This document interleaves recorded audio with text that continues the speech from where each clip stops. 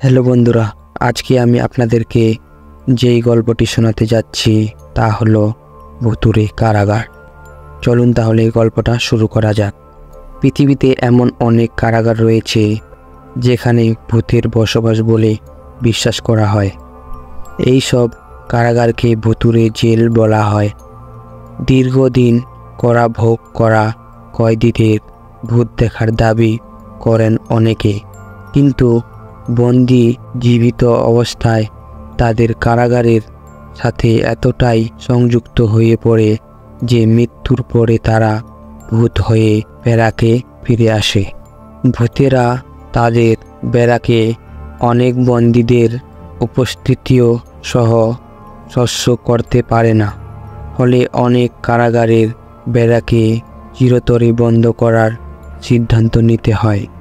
বিখ্যাত অপরাধী ডেভিড ডেভিসনকে ব্রিটেনের ডারহাম জেলে নিয়ে আসা হয়।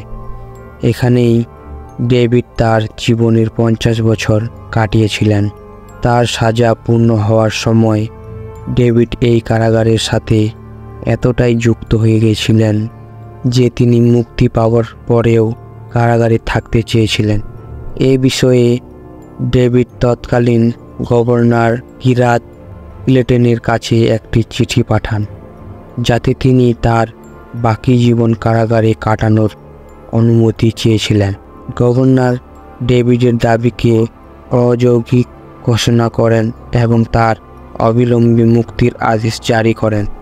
ডেভিড অনিচ্ছায় জেল ছেড়ে অন্য কোথাও থাকতে শুরু করে। মুক্তির পরেই ডেভিড মারা যান।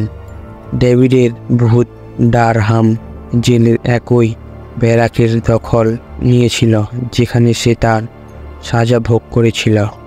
তারপর থেকে ডেভিডের ভূত এই ব্যারাককে কোনো বন্দীকে থাকতে দেয়নি।